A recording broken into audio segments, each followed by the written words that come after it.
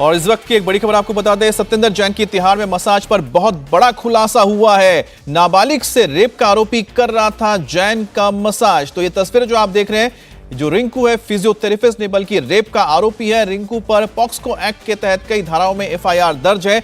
और सत्येंद्र जैन के जो सीसीटीवी फुटेज आपने देखे थे तिहाड़ जेल में मसाज लेते हुए, ये एक आरोपी है। इस आरोपी पर नाबालिग से रेप करने का आरोप लगा है। पॉक्सको एक्ट के तहत रिंकू इस वक्त जेल में मौजूद है और यहां पर आप देखिए किस तरह से वो सत्येंद्र जैन की सेवा करता हुआ नजर आ रहा था। हमारे साथ देवेंद्र पराशर जुड़ गए। देवेंद्र, बहुत बड़ा खुलासा है, लेकिन सबसे शर्मनाक बात यह है कि जो व्यक्ति, जो आरोपी नाबालिग से रेप के मामले में जेल में बंद है, उससे कोई सेवा करवाता है।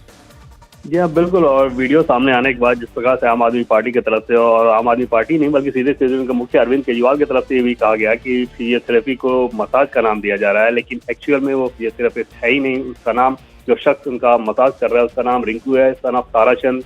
ये अनार उगा के हर साल 1 एकड़ की जमीन पर 10 लाख कमा रहे हैं। उनसे सीखना है तो फ्रीडम ऐप को अभी डाउनलोड कीजिए। और इसके अलावा जो उनके ऊपर जो चार्जेज है पॉक्सो एक्ट में, उसमें 376, 506 और 509 की आईपीसी की जो धाराएं हैं, उसके तहत वो जेल में बंद है। अगर उसके केस की एफआईआर की बात करें तो एफआईआर 121/2021 PS JP कालान में ये एफआईआर दर्ज हुआ था। तो ये सारी चीजें ये बता रही है कि किस प्रकार से पॉक्सो एक्ट के तहत जो व्यक्ति जेल में बंद है, उसके मार्फत सत्येंद्र जैन ये मसाज ले रहे थे। ये कोई फिजियोथेरेपी नहीं थी, ये किसी डॉक्टर की तरफ से या किसी फिजियोथेरेपिस्ट से मसाज प्रोवाइड नहीं किया गया था, बल्कि जो वीवीआईपी कल्चर का जो आरोप लगता है उसको और ज्यादा पुष्ट करता है। और जब हमने सोर्सेज से ये खंगाला कि आखिर ये कौन सकते हैं, क्या वाकई कोई फिजियोथेरेपिस्ट है जिनको भेजा गया था वहां पे किसी डॉक्टर के प्रिस्क्रिप्शन पे, तो ये सारी जानकारी सामने आई है कि किस प्रकार से आईपीसी के अंडर सेक्शन 6 में पॉक्सो एक्ट के तहत 376, 506 और 509 के तहत रेप का वो आरोपी है और वहां पे वो इनको मसाज दे रहा था सत्येंद्र जैन को, जिसका नाम रिंकू है। देवेंद्र, फिजियोथेरेपिस्ट कहा जा रहा था इस रेपिस्ट को कि ये फिजियोथेरेपिस्ट है। अब इस पर आम आदमी पार्टी क्या बोलेगी? और निश्चित तौर पे जैसा कि मैंने पहले आपको बताया कि आम आदमी पार्टी की तरफ से सीधे अरविंद केजरीवाल की तरफ से ये कहना कि वो कहीं से भी कोई मसाज नहीं था बल्कि फिजियोथेरेपी दी जा रही थी। अगर इतने सारे तथ्य सामने आए जो कि ऑन रिकॉर्ड है, इसमें ऐसी कोई बात नहीं है कि जो सिर्फ आरोप लगाया जा रहा हो, बल्कि तिहाड़ जेल में जो रिकॉर्ड है वो सारी रिकॉर्ड अभी हम दर्शकों के सामने रख रहे हैं और उसके आधार पर ये बता रहे हैं कि किस प्रकार से पॉक्सो एक्ट में जो वहां पे जेल में बंद है उसके मार्फत वो सत्येंद्र जैन मसाज ले रहे थे। ये कोई फिजियोथेरेपिस्ट नहीं था। लेकिन देवेंद्र, समझने की बात यह है कि सत्येंद्र जैन या फिर जिस पार्टी से वो आते हैं, जिनके इतने बड़े बड़े क्लेम्स होते हैं खासतौर मोरल को लेके, मोरालिटी को लेके, उसी पार्टी का, उसी सरकार का एक मंत्री जो इस वक्त जेल में बंद है, जिसके ऊपर आरोप लगे हुए हैं, उसको दरकिनार कर भी दे, फिर भी एक ऐसे व्यक्ति से कोई कैसे मसाज ले सकता है? या आप मान लीजिए, फर्ज कर लीजिए फिजियोथेरेपी कर रहा है, ये सच्चाई नहीं है, लेकिन मान लीजिए फिर भी एक रेप का आरोपी जिसने नाबालिग के साथ रेप करने का जिस पर चार्ज लगा हो, उससे इस तरह का काम करवाना।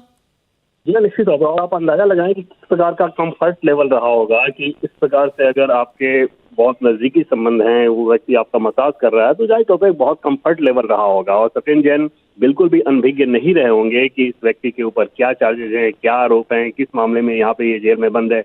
इन सारी चीजों के बावजूद अगर इस तरह की चीज सामने आ रही है तो निश्चित तौर पे बहुत ज्यादा सवाल निशान खड़ा करता है। और हम पहले ही देख चुके हैं कि इस वीडियो को लेके किस प्रकार से पॉलिटिकली भी बीजेपी हमलावर रही थी, और ऐसे में निश्चित तौर पर उस हमले में एक और नया धार जुड़ेगा जब ये इन्फॉर्मेशन अब सामने आई है कि किस प्रकार से एक पॉक्सो एक्ट के तहत रेप के आरोपी से मसाज ले रहे थे आम आदमी पार्टी के नेता सत्येंद्र जैन, जो कि जेल में बंद है। पहली बात तो ऑलरेडी ये था कि एक वीवीआईपी कल्चर जेल में भी देखने को मिल रहा है। दूसरी चीज की जिन संगीन धाराओं में वो व्यक्ति आरोपी है, उसके साथ इतनी नजदीकी सत्येंद्र जैन को, निश्चित तौर पर वहां पे पॉलिटिकली भी एक बड़ी मुसीबत की बात रहेगी आम आदमी पार्टी के लिए कि इसका क्या वो सफाई देते हैं, क्या जवाब देते हैं। देवेंद्र, देखिए, पॉलिटिक्स में परसेप्शन होता है, जिस परसेप्शन को लेकर ही आम आदमी पार्टी पूरी पॉलिटिक्स कर रही है, चुनाव मैदान में उतरी है, और जिस तरह से इतने क्लेम्स करती है, टॉल क्लेम्स कहते हैं ना, कि बहुत बड़े बड़े दावे होते हैं, वहां पर जब इस तरह की बात सामने आए तो अपने आप क्या वो मोरालिटी को अब कैसे दुनिया के सामने लेकर जाएं, कैसे जनता के सामने लेकर जाएंगे? जिस सत्येंद्र जैन की पैरवी कर रहे हैं, जिसको बचा रहे हैं, लगातार मुख्यमंत्री खुद बोलते हैं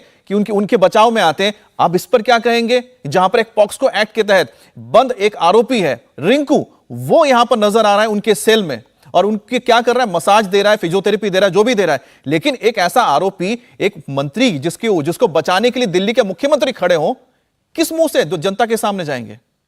या निश्चित तौर पर बहुत मुसीबत भरी बात है। मुसीबत भरी स्थिति आम आदमी पार्टी के लिए आप कह सकते हैं कि, और तौर पे ऐसे समय में जब एमसीडी इलेक्शन को लेके अपनी पार्टी अब पूरी ताकत लगा रही है, तो वहां पे जब वो लोगों के सामने जाएंगे तो निश्चित तौर पर ये सवाल भी रहेगा, खासतौर पर उन महिलाओं के मन में ये सवाल रहेगा कि जिस मोरालिटी की आप बात कर रहे थे वो मोरालिटी कहाँ दिख रही है। और इसी वजह से आम आदमी पार्टी ने पूरे तरीके से इस मामले को एक मेडिकल रंग देने की कोशिश की थी। पहले मनीष सिसोदिया, बाद में अरविंद केजरीवाल का भी बयान आपने देखा।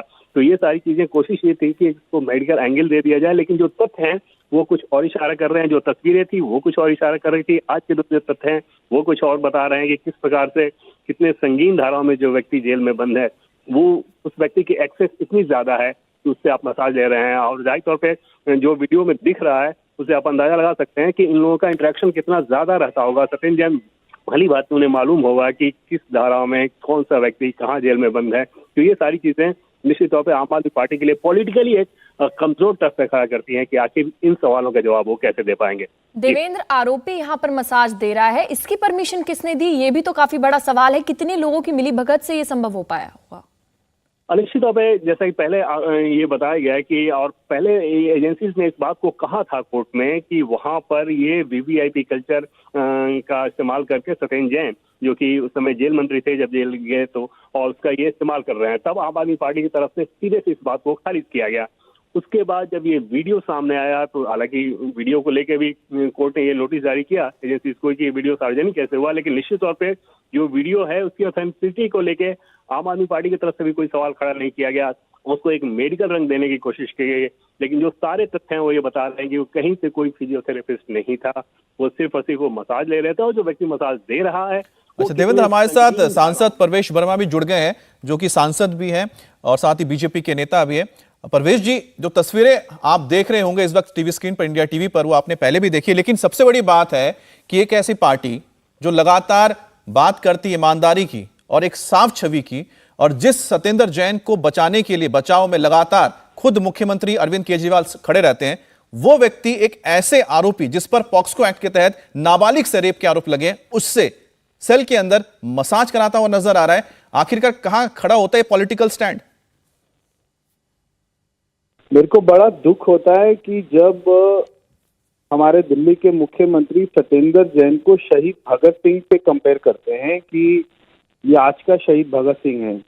एक तरफ में शहीद भगत सिंह जी ने जेल में जाकर और अंग्रेजों के खिलाफ में हमारे देश के लिए लड़ाई लड़ी, एक तरफ में एक ऐसा शख्स है जो हवाला के कारोबार में हवाला के आरोपी है और वो जेल में बंद है 6 महीने से, कोर्ट उनको जमानत नहीं दे रहा है। और उसके बाद में जैसे ही इनका वीडियो आता है, मनीष सिसोदिया इतना चिल्लाकर, जो कि कोई आम इंसान नहीं है, हमारे दिल्ली के उप मुख्यमंत्री हैं, वो चिल्लाकर उनका बचाव कर रहे हैं कि फिजियोथेरेपी दे रहे हैं। और मैंने कहा था कि उस आदमी का पता करेंगे वो आदमी कौन है। आज वो आदमी रेप केस में जो जेल काट रहा है, जो वहाँ का कैदी है, उससे मसाज किया जा रहा है। अब मैं आपसे पूछना चाहता हूँ, जरा मनीष सिसोदिया से पूछिए, क्या वो अपना फिजियोथेरेपी है या वो केवल, मतलब इससे घिनौना काम और क्या हो सकता है कि वो एक तरफ तो अपने मंत्री को हटा नहीं रहे, जो आरोपी है उसको हटा नहीं रहे, वो उसी जेल में रहता है जो वो जेल मंत्री है, और वो दूसरी तरफ अगर कोई गैर कानूनी काम कर रहा है, ना केवल जेल के बाहर बल्कि जेल के अंदर, उसका भी बचाव करने के लिए सरकार उतर जाती है। इससे बेशरम सरकार कोई हो नहीं सकती जो 100% सुबह से शाम तक झूठ बोलती है। अगर ये जो भी बात बोलते हैं, अगर हम उसकी तहकीकात में जाएंगे, उसके अंदर जाएंगे, तो फिर हमको पता लगेगा ये केवल झूठ बोलते हैं। हम क्योंकि उसकी तहकीकात में जाते नहीं हैं, तो हमारी दिल्ली की जनता गुमराह हो जाती है, वरना ये सुबह से शाम तक झूठ बोलने के अलावा कोई काम नहीं करता। जी प्रवेश वर्मा जी, पहले मनीष सिसोदिया ने बचाव किया इसे फिजियोथेरेपिस्ट कहकर, अब क्या लगता है अब कौन सा बड़ा झूठ आएगा सामने? उनके पास एक ही रास्ता है, वो कहेंगे भारतीय जनता पार्टी का षड्यंत्र है। अरे भाई, वो जेल मंत्री है, जो तिहाड़ जेल का प्रशासन है, वो दिल्ली सरकार के अधीन है, भारत सरकार के अधीन नहीं है। उनके सारे सुपरिटेंडेंट, उनकी प्रमोशन, उनकी ट्रांसफर, वो उसी आदमी के हाथ में है जो जेल के अंदर कैदी के रूप में रह रहा है। तो किसी सुपरिटेंडेंट की कोई मजाल है कि वो अपने कमरे में उसको घुसने ना दे? वो वहां पे वीडियो कॉन्फ्रेंसिंग कर रहे हैं, वो सारे मजे ले रहे हैं, और कौन से एंगल से ऐसा लग रहा है कि एजेंसी उनको तंग कर रही है? कौन से एंगल से ऐसा लग रहा है कि भारतीय जनता पार्टी उनको तंग कर रही है? वो आराम से ऐशो आराम की जिंदगी जी रहे हैं, जेल के बाहर भी और जेल के अंदर भी। मैं समझता हूं आज ये वाली हकीकत बाहर आने के बाद में अब दिल्ली के मुख्यमंत्री के पास में एक ही रास्ता बचता है जी कि वो तुरंत प्रभाव से अपनी मंत्री को अपने पद से हटा दे। जी। अच्छा परवेज जी, लेकिन एक बात जी जानना चाहता हूं, टेक्निकल चीज है कि जिसके ऊपर पॉस्को एक्ट के तहत रेप के आरोप लगा हो, वो तो काफी कहते हैं ना काफी संगीन मामला है। ऐसे संगीन जो मामले होते हैं उसके कैदियों को क्या इजाजत होती है कि इस तरह से वो घूम फिर सके? सर आप देखिए, जो सत्येंद्र जैन है वो कोई आम कैदी नहीं है। इस समय भी वो दिल्ली का जेल मंत्री है, आज की डेट में भी वो दिल्ली का स्वास्थ्य मंत्री है। जेल का जितना भी स्टाफ है, वहाँ के प्यून से लेकर वहाँ पे सुपरिटेंडेंट तक, वो सारे सत्येंद्र जैन के अंडर में हैं। सत्येंद्र जैन, उनका ट्रांसफर, उनका प्रमोशन, वो उसके हाथ में आज भी फाइल उसके पास जाती है।